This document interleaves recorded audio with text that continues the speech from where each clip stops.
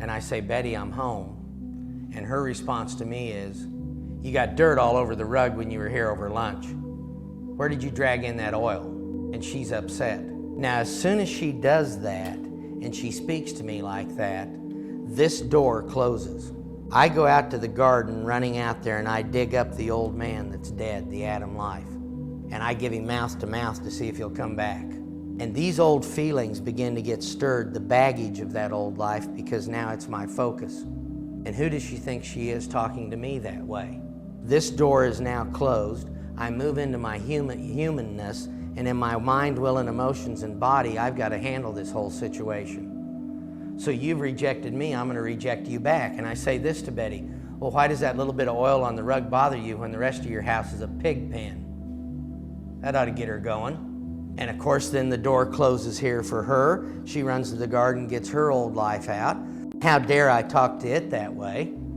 Then in her mind, will, and emotion, she's got to sort out what to do next in her humanness and her in her distortion. And the next thing you know, we're in a marriage spiral where we're biting at each other, withdrawing, and everything's a mess.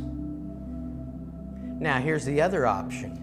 Because I'm beginning to understand what my self-life is, I walk in the house, and she says to me, look at how you got oil on the rug, you've messed the whole thing up. And I begin to feel worthless and unloved and rejected, and I know that that is a symptom of shutting myself off from Christ.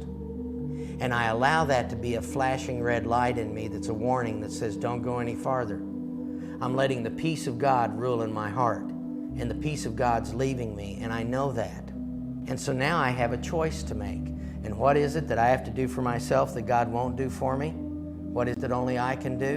And that's to make a choice. And I've got to make a choice then at that point to open this door, to make Him my focus, to say, no, I've been crucified with Christ, to say, no, this is not a day for humanity, this is a day for divinity. You come and be my life. And I take up the cross, and I take 2 steps forward, and I give her a hug and a kiss, and she turns her cheek away from me and stomps into the kitchen. What do I do then? I got to grab the cross a little harder, and I walk into the kitchen. Well, how was your day? Fine. I got to grab the cross a little harder. Then I go in and I clean the rug up. I got to grab it even harder yet. And then I go in and start talking to her, and she doesn't want to talk at first. Then she opens up. Then we start sharing. Then I give her another kiss, and all of a sudden, we're moving out of our spiral, out of our spiral, out of our spiral.